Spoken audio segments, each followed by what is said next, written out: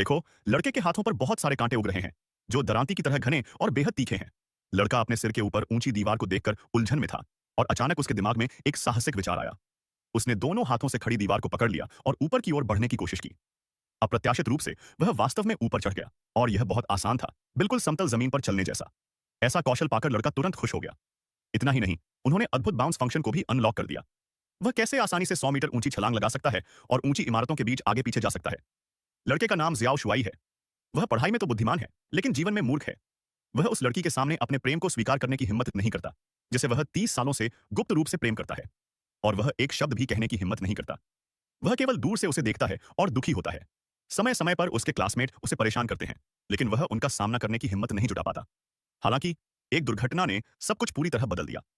एक मकड़ी की आत्मा जो हजारों वर्षों से अभ्यास कर रही थी, गलती से जियो शुआई के हाथ में आ गई।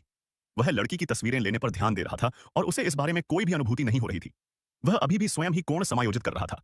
एक अच्छी स्थिति पाने के बाद मकड़ी की आत्मा ने जियो शुआई के हाथ को काट लिया और सुअर के मुंह जैसा लाल निशान छोड़ दिया।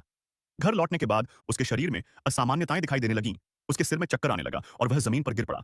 उसके हाथों पर बड़े बड़े लाल दाने निकल आए। फिर जियाओ शुआई के जीन को तोड़कर विदेशी जीन टुकड़ों के साथ पुनः संयोजित किया गया।